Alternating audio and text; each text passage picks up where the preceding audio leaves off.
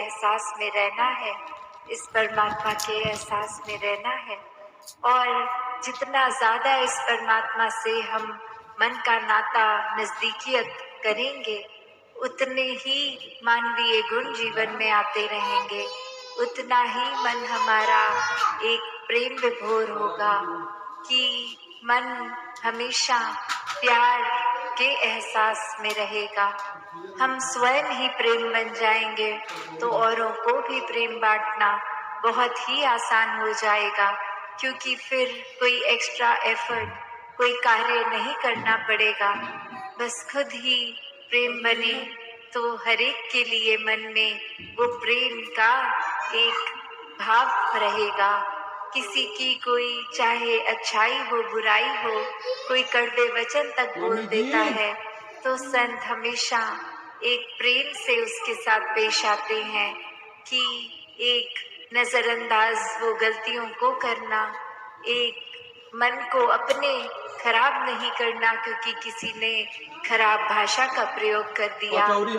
ऐसे अन्य रूप जो एक प्रेमा भक्ति का भी एक साधन, ये परमात्मा कि कैसे ये परमात्मा को प्यार करते चले जाएं तो ही वाकई में एक जीवन का हर समय भक्ति में करते चले जाएंगे। फिर अलग से कोई समय नहीं निर्धारित करना पड़ेगा कि दिन के इतने बजे से इतने बजे तो हम भक्ति करेंगे, बाकी समय तो हम व्यापार पाठ पूजा एक और अन्य काम करेंगे। नहीं, हर समय की भक्ति करनी है, एक कुछ सीमित नहीं, क्योंकि जब एक हम भक्त हैं तो कुछ पलों के भक्त नहीं, हर समय के भक्त हैं। और सोते जागते उठते बैठते खाते पीते कुछ भी करें, वो भक्ति का अपने आप रूप ले लेता है जब हर कार्य जो किया गया हो इस परमात्मा के एहसास में किया जाए। फिर अपने आसपास के दोस्तों मित्रों के घर परिवार के अंदर भी फिर हम चाहे एक रोजाना जिंदगी के ही कुछ पहलू क्यों नहीं बिता रहे हों, वो एक हमारे आचरण में जब प्यार है, हमारे मन में प्यार है, तो वो भी कार्य सेवा बन जाता है, भक्ति बन जाता है। तो कैसे एक भक्त है तो हर समय के बन के रहना है। फिर अगर कभी ना कभी किसी सिचुएशन में कुछ कभी गुस्सा या कोई और चीज़ भी आ रही है तो कैसे उसको अपने ऊपर हावी नहीं होने देते भक्त। एक वो बात वैसी कि कोई चीज़ आई और छूकर चली गई, एक टच एंड गो वाली बात, तो कैसे उसको अगर कुछ हो भी रहा है तो उसको मन में नहीं बिठाना, मन में घर नहीं करने देना, बस उसी समय अपना ध्यान वापस इस निराकार में जोड़ लेंगे तो कैसे कोई भी विकार हावी नहीं होते और मन हमेशा ये प्यार में ही रहता है।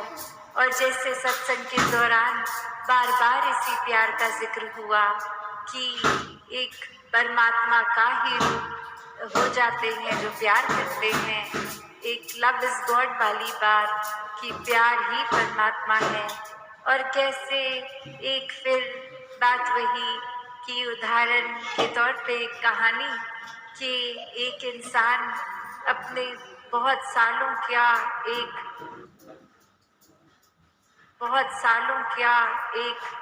विद्वान बनकर कोई भी उसने ऐसी कोई किताब, चाहे वो एक आध्यात्मिक किताब हो या दुनियावी किताब हो, कोई भी किताब ऐसी छोड़ी नहीं जिससे एक मन का विकास होगा, बुद्धि का विकास होगा, एक आध्यात्मिक विकास होगा। पर बात वही कि परमात्मा जीवन में नहीं। और कैसे फिर वो एक संत के पास जाके यही बात कि एक परमात्मा को एक जानना चाहते हैं और आगे से वो संत का एक ही सवाल कि क्या आपने अपने जीवन में प्रेम अनुभव किया है या क्या आपने किसी से भी कभी किसी रूप में प्रेम किया है।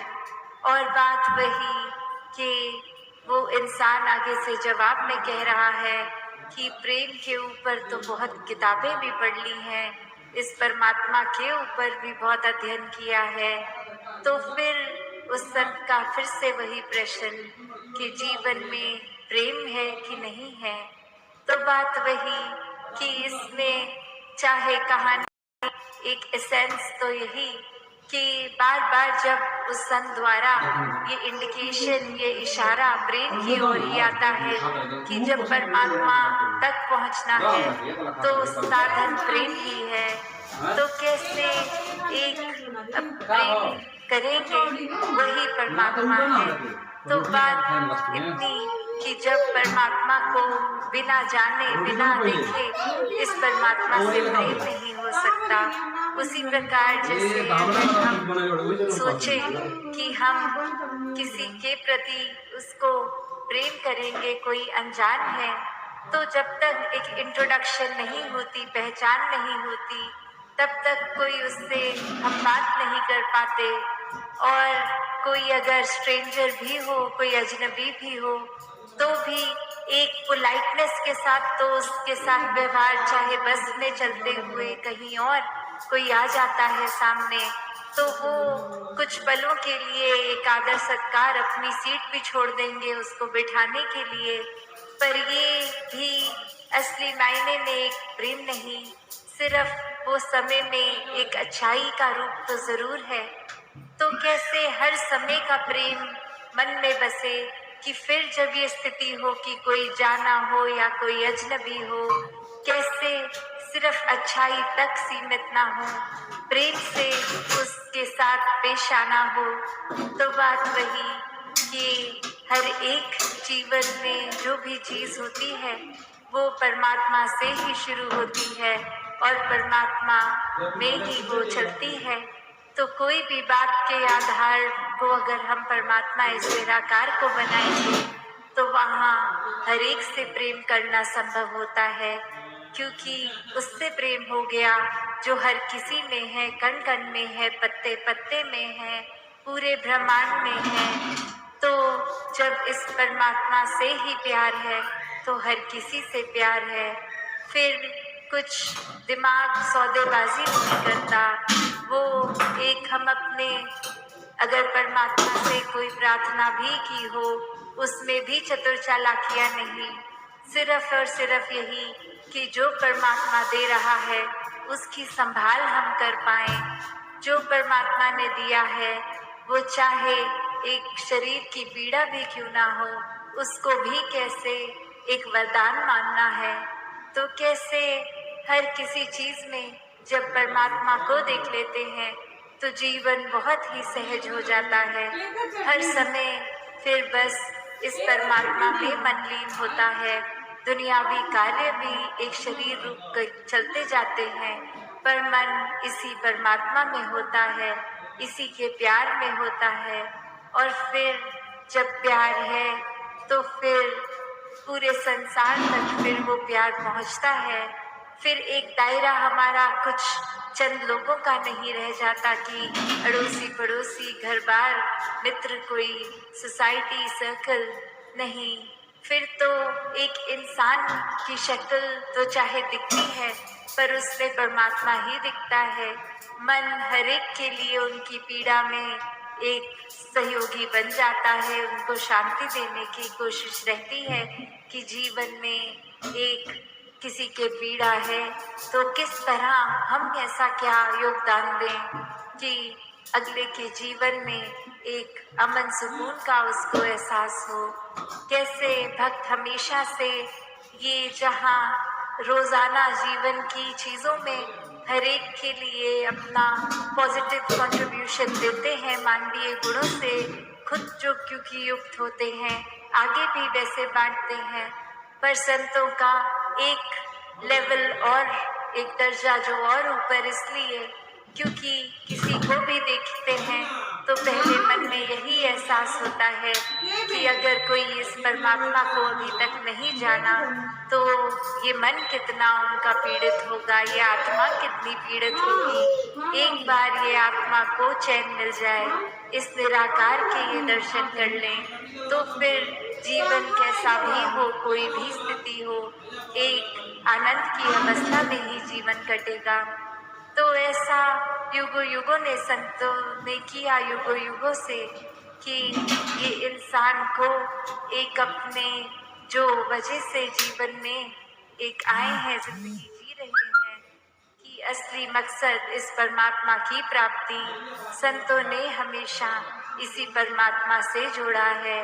और इसी तरह कहा कि ये कार्य संसारी, चाहे आप कुछ भी कर रहे हैं, एक जिस तरह एक छोटे बच्चे को स्कूल के बाद, एक स्कूल के समय से ही थोड़ा प्रोत्साहन भी दिया जाता है कि अच्छे से पढ़ाई करो, आगे जाके कुछ बनना है, फिर आगे पर इत्यादि।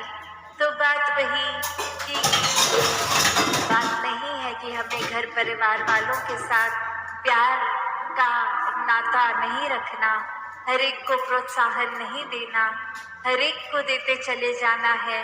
पर फिर वही बात आती है कि इस संसार की हर चीज परमात्मा के अलावा माया है, तो अपने आप को इतना भी अंदर नहीं माया के डाल लें कि फिर परमात्मा के लिए ही समय नहीं बचे। मन में हर समय कोई ना कोई कार्य, चाहे पालन पोषण या कामकाज कुछ भी हो, तो बात वही कि प्यार हर समय करना है, हर एक से करना है। और प्यार क्या, फिर वो दायरा कि कब वो एक जो फाइन लाइन होती है कि इतना प्यार को मोह ना बना लें कि फिर वो एक बंधन रूप बन जाए। तो प्यार जीवन में प्यार बन के ही रहे, परमात्मा के प्रति भी, इंसानों के प्रति भी, रिश्तेदार, अड़ोसी पड़ोसी, एक परिवारजन, हर एक के दातार हर एक पे कृपा करे। सत संगत जी, धन निरंकार जी।